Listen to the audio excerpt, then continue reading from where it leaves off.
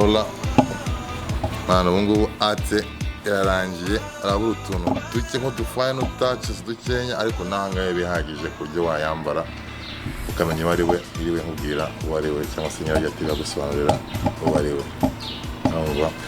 Yeah, so this is what I do.